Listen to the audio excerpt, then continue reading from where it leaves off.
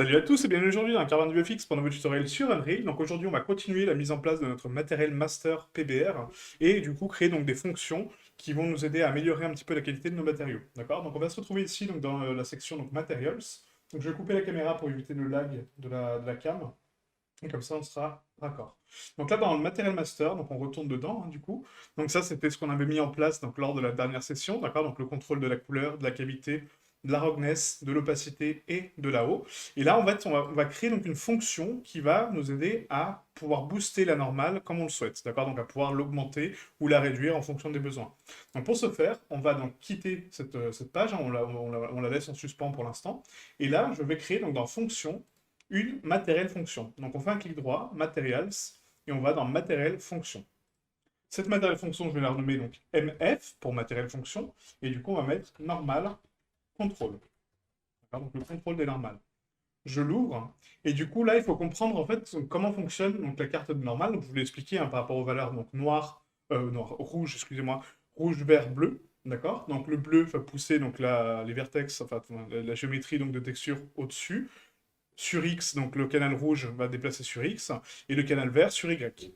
Donc là, si on réfléchit à ça, ça veut dire qu'on peut booster donc, les valeurs de rouge et de vert, du coup, pour intensifier la position des normales, parce que du coup, l'axe Z, lui, il est constant, d'accord? On ne pourra pas monter plus haut, c'est le seuil maxi, mais par contre, on peut influencer sur l'axe rouge et l'axe vert.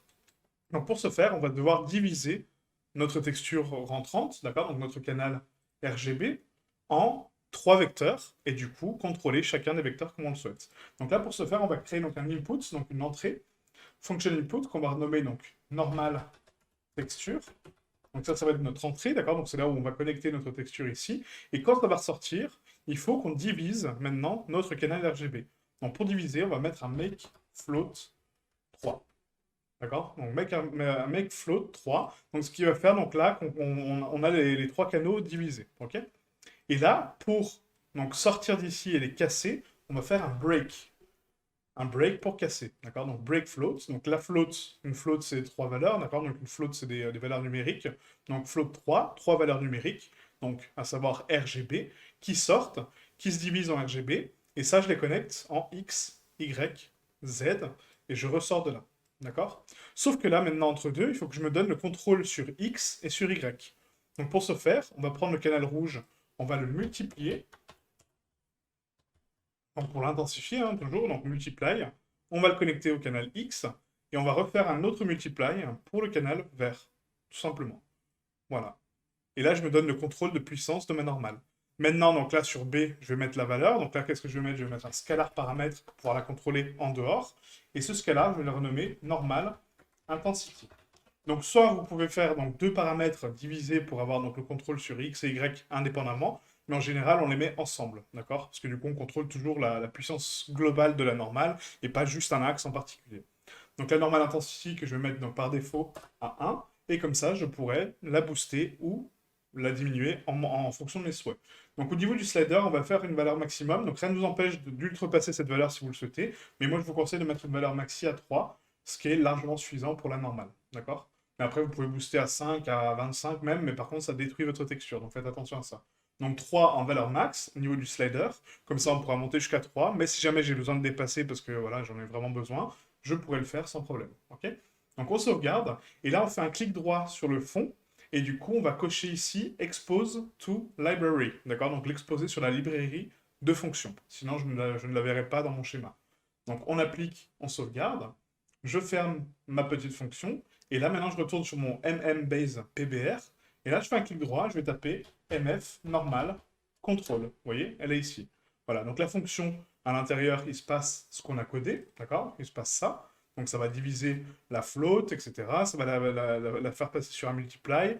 On les recombine ensemble une fois qu'elles sont boostées. Et je ressors de ma sortie de texture. Donc là, la sortie, on va la renommer juste normal output. Voilà. On applique, on sauvegarde. Alors, on peut mettre un petit commentaire à la limite sur cette fonction aussi, hein, comme ça on sait de quoi on parle. Donc controls, donc ça contrôle, normal, intensity, from, and G to X and Y power. Ok. Donc on contrôle donc la normale intensité de canal R et G vers un canal X et Y en pouvoir. D'accord. Donc on nous donne le pouvoir dessus. Donc appliquer, sauvegarder. Et là, maintenant que ma fonction est ici, je peux raccorder ma RGB. Donc là, ma RGB va rentrer dans ce petit programme qu'on a créé. Ça va se diviser à l'intérieur. Et ensuite, quand ça ressort, bah, ça se connecte directement à la normale. D'accord? Donc la normale qui est ici. Hop, voilà, comme ceci. Donc je vais mettre un petit pin, un petit reroute point, comme ça. Hop, voilà. On va essayer de faire ça proprement. D'accord? Donc je veux avoir un joli schéma à la fin. Après, je vous montrerai comment optimiser tout ça. Hein, d'accord? Voilà, donc là, c'est parfait. Donc maintenant qu'on a ça, du coup, donc là on est bon, donc ça c'est pour contrôler donc la brightness, ok. Et maintenant il nous manque donc la displacement, on la verra vraiment sur la prochaine vidéo parce que c'est un petit peu plus complexe. Mais là on va se donner donc la métallique, donc elle est bonne, et on va se donner le contrôle de la spécular. D'accord, donc la spécular, rappelez-vous, c'est le CSRAO, donc c'est le canal vert. Et là il faut que je crée une fonction pour corriger la spécular. Donc la spécular, comment elle fonctionne? Donc je vais vous montrer ça. Donc on va recréer une fonction ici dans notre dossier fonction. Et là on va créer donc un matériel fonction qui va être notre spécular correction. Donc MF spécular correction. Ce spécular correction, du coup, on va l'ouvrir.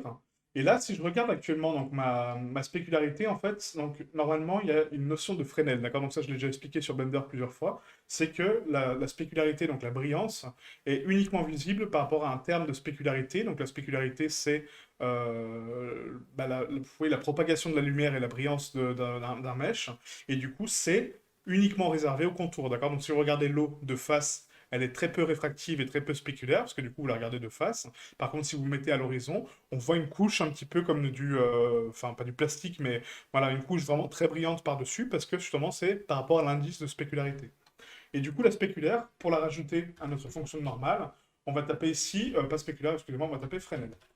Voilà, Fresnel fonction, donc on ramène donc le Fresnel, vous voyez, donc ça ressemble à ça. Et là, si je connecte mon Fresnel à l'output, regardez ce qui se passe. Ma sphère va devenir complètement, vous voyez, donc opaque à l'intérieur, et du coup avec des bordures vraiment très douces à l'extérieur. Donc de base, notre puissance de Fresnel, il faut la rajouter à la spécularité, d'accord? Donc du coup on va faire un add, un ajout, et on va rajouter donc cette valeur-là à une valeur donc du coup de spécularité, donc notre spéculaire, et du coup on va la mettre donc ici en input, function input, voilà, et là ça va être notre spécular in, d'accord, pour rentrer. Et là ça va être la spécular out. Comme ceci. Hop. Voilà, donc là, en termes d'exposants, donc on est à 5. Au niveau de la base réfractive, donc on est à 0,04. La normale, on va pas l'utiliser, parce que du coup, voilà, donc on ne peut pas la combiner pour l'instant. Et l'exposant in, du coup, on va le contrôler peut-être à part, puisque du coup, là, c'est vraiment une valeur très, très forte. Parce que de base, en fait, donc on fait un add, donc on rajoute. Donc je suis même pas sûr que c'est un. Non, c'est un multiply, excusez-moi, je me suis trompé, c'est un multiply. On va multiplier les valeurs pour les rajouter. C'est pas un add du tout, parce que sinon ça va les booster. C'est plus un multiply. Voilà, on multiplie donc la valeur de l'entrée par la sortie. Voilà. Et là, on a donc l'exposant in qu'on va donc se donner un contrôle, donc scalar paramètre. Et là, ça va être Fresnel intensity. Ah, et de base, on va le mettre à 0,33.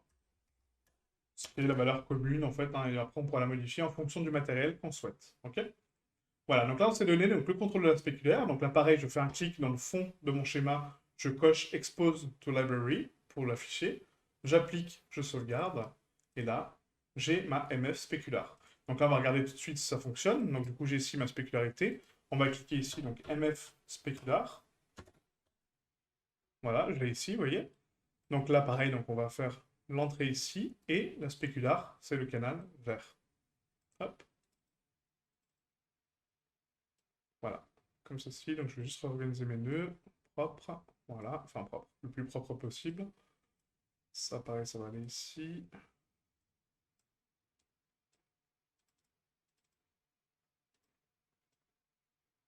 Hop, voilà.